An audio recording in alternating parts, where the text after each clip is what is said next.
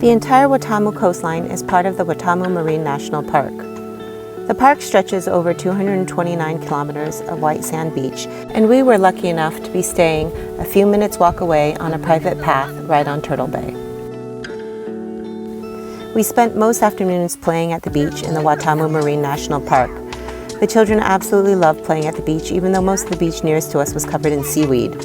The locals said that in a few days or weeks, the tide would carry the seaweed into the ocean and it would return to its original pristine state. It didn't bother us because the seaweed served as accessories to play. At times, the seaweed was food, hair, building materials, decorations, or art materials. It was up to our imagination. While the children were busy playing, we were busy chatting with our new friends. Tourism is a major source of income for many local people in Watamu. A couple of local guys, Eddie and Alfred, found us on the beach on the first day and found us every day thereafter. They were happy to keep us company and chat. They even taught the kids how to dig for sand crabs. What they were really hoping for was to do some business with us. We agreed to buy some coconuts from Alfred. He said he'd be back in half an hour because he had to go climb a tree and pick them. Seemed like a straightforward deal for him. No overhead, he just had to find a coconut tree, climb it without getting hurt, and then bring the coconuts over.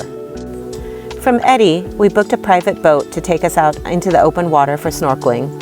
This was a little bit more complicated for Eddie, especially when we later found out that he wasn't really a captain and he didn't have his own boat. He was a middleman, a deal maker. His job was to comb the beach and find the tourists. Then he used his contacts to match the tourists to the activity supplier for whatever the tourists wanted to do: snorkeling, paragliding, kite surfing. He chaperoned the whole trip and made sure his customers were happy. He collected the money, took his cut, and then paid his supplier. If all went smoothly, everybody was happy. The waves were very choppy, and a few of us got seasick. The fish were plentiful, but visibility was cloudy due to the choppy waves.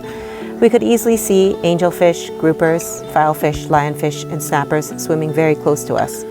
After the snorkeling, the boat took us to another stretch of Watamu Beach that was pristine and completely clear of seaweed. The children played, Amber and Ellen got henna tattoos, and I took a nap on the beach.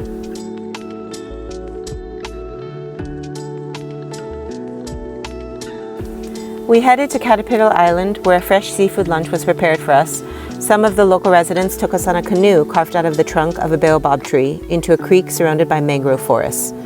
Mangrove forests are a unique ecosystem that are carbon-rich and biodiverse habitat to an array of birds, insects, fish, crabs, and shrimp.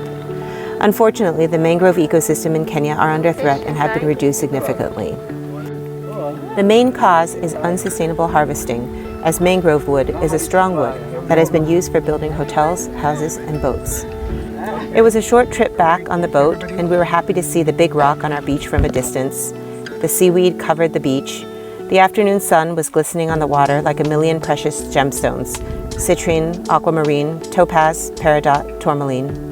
When we reached our beach, Alfred was waiting for us and welcomed us back with a warm smile and the customary Kenyan fist bump.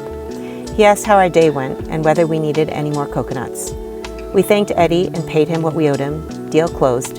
Everybody was happy.